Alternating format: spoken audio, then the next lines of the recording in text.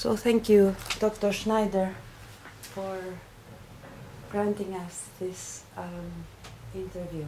You're very welcome. For the Hellenic Society of Existential Psychology. Very welcome. So we just figured out some questions, but we would like to know from your early experience as a student, what was that drove you to psychology in the first place? Well, it started very early, actually.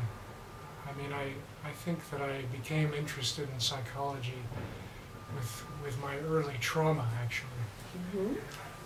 When my brother died at 7 years old and I was close to 3, and my world basically shattered at that point, the world of my parents, the family. You were 3? I was about 3, just under 3.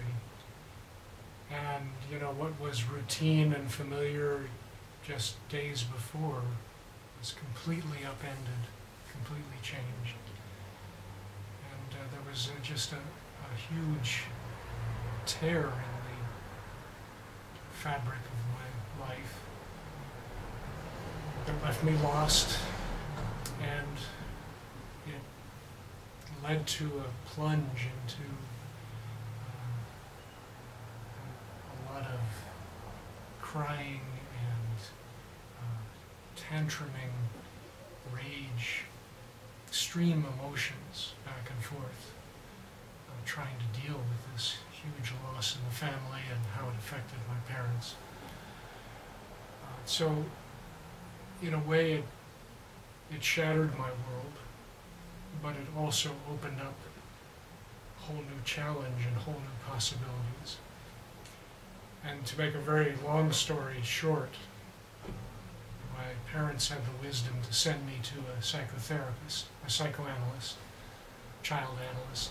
I was about 5 at the time, a very young patient. And I don't remember a thing about what this person said, but what I do remember was his rock-solid presence. That he could be there with me in all my turmoil. And I had the sense that somehow he connected with it. That he had some very deep tragedies in his own life, and yet was able to not only survive but thrive through it. And it was a tremendous model for me as a little kid.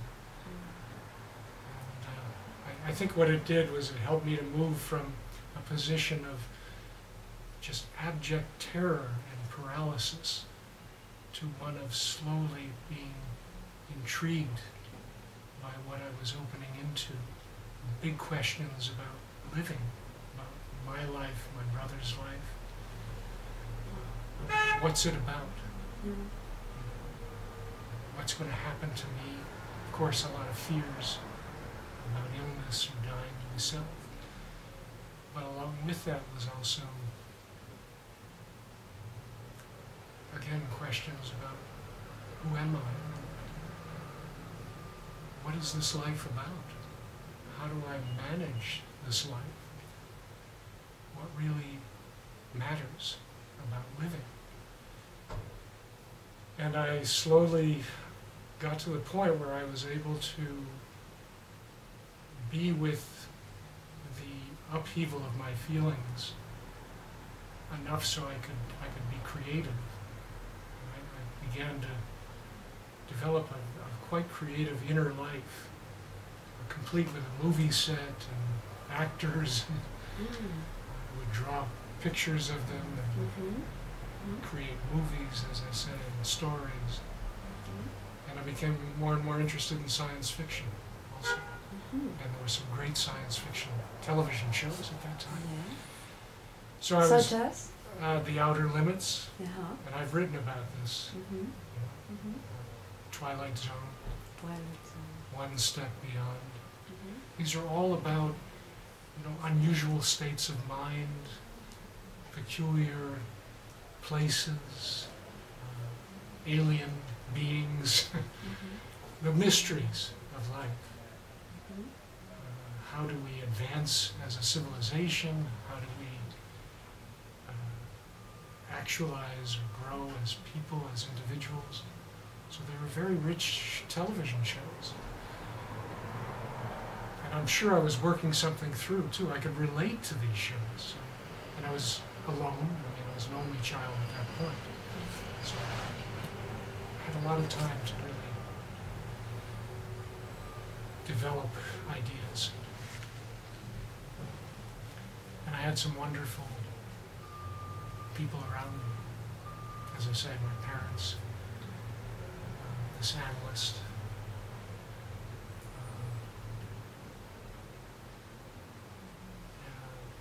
eventually I thought more and more about going into psychology and writing. And my father was a humanistic educator.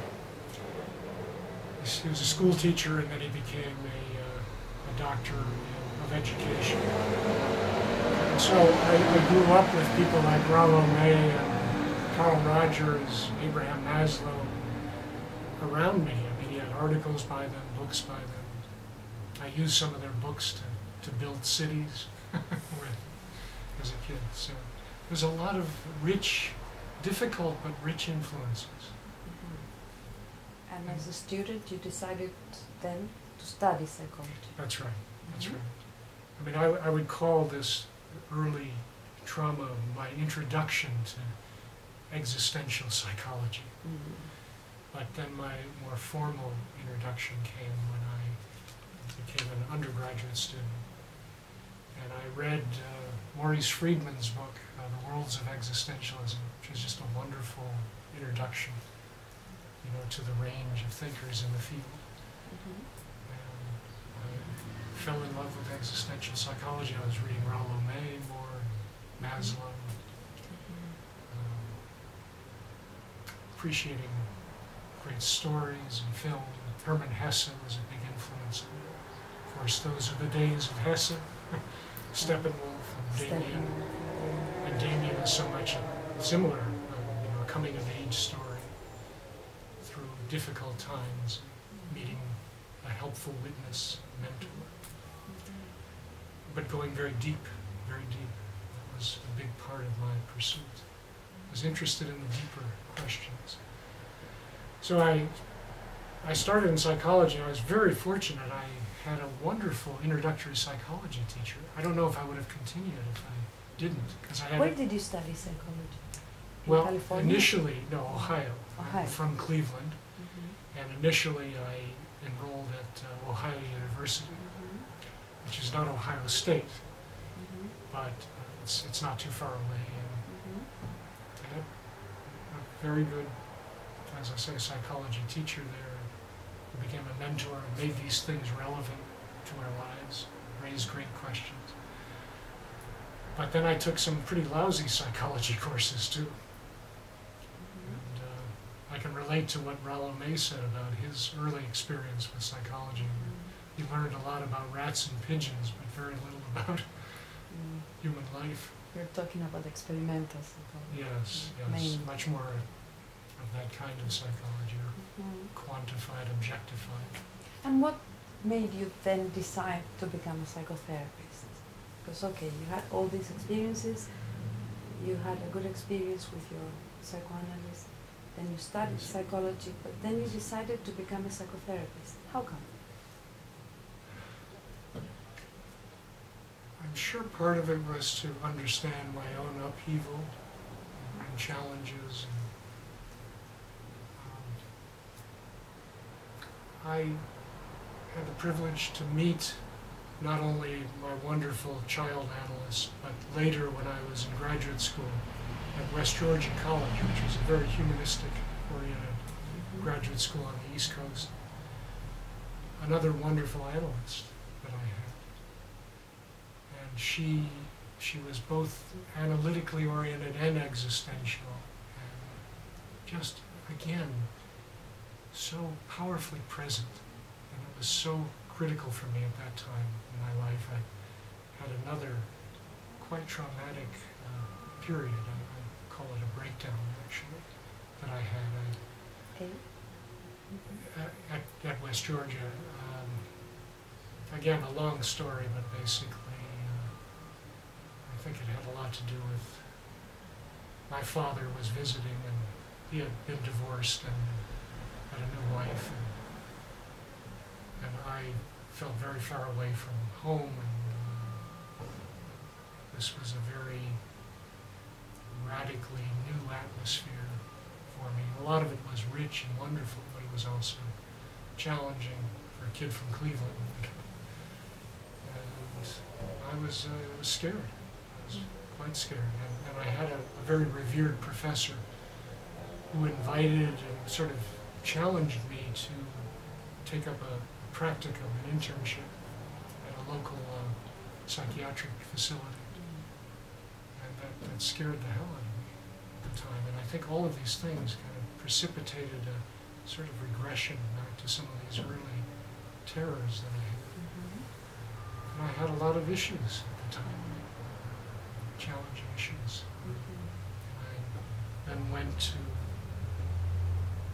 this woman, analyst, and she, basically what she helped me to do was to stay more deeply present to all of my feelings. And I practiced that and worked with that intensively in our sessions and outside of them. And it was very challenging because I had panic attacks and I had perceptual issues and a great deal of anxiety. But I think she helped me find, I won't say the key, but a key to fundamental healing. And if I asked you, how? By being present, you said. What do I mean by present? Yes. Being able to stay with, especially the feelings and body sensations of what I was experiencing. Not necessarily trying to figure things out so much. Or explain. Or explain, or even verbalize, but to feel, to sense, to imagine, to be with the flow of my experience, to come to a place where again I could move from panicky feelings, to gradual boldness, or maybe righteousness, anger, the capacity to take more risks, both with her and in my social arena. I hear like you're saying that like she helped you transform your initial feelings and move. Yes, to come into the more, as I put it now, the more of who I am. The more of who you are. Yes, yes. And I feel like this is a lot of what good psychotherapy does. It helps us move from a state of terror and fear to one of gradual intrigue, wonder, and venture. And through that process of going back and forth, and we often go back from terror to wonder, back to terror, back to wonder, but we are deepening our capacity through that to be in touch with the fuller range of our experience. So I guess that if I asked you why then existential psychotherapy and why integrative existential psychotherapy? Yes. Why so? Well, because for me existential therapy is the one that focuses on these bigger, fuller experiences of living and transformations. I feel that existential therapy, when it's done well, is a gateway to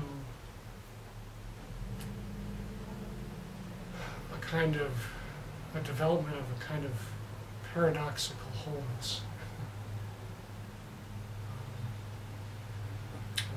now say sense of awe toward living, the capacity to experience our smallness, our fragility, our humility, a sense of being crushed, which we have to know as human beings if we're at all alive at times, but as well as our capacity to venture out, to become bolder, to entertain a wider range of thoughts and feelings, and to wonder about the world. And for me, that term awe captures those wonderful paradoxes of living that give life its vitality. Here I think of Kazantzakis, because he's also a very important figure for me. From early on I learned about his Zorba, but then later Last Temptation of Christ and Report to Greco. I just very much admire that man's spirit and his embrace of the paradoxes of living. You said before, when existential therapy is done well, what is it? What do you mean by well done? What are the attributes of a good existential psychotherapist?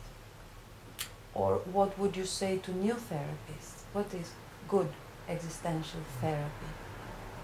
Good existential therapy begins with capacity to be as fully present as one can within one's own being. And I feel strongly that that generally does not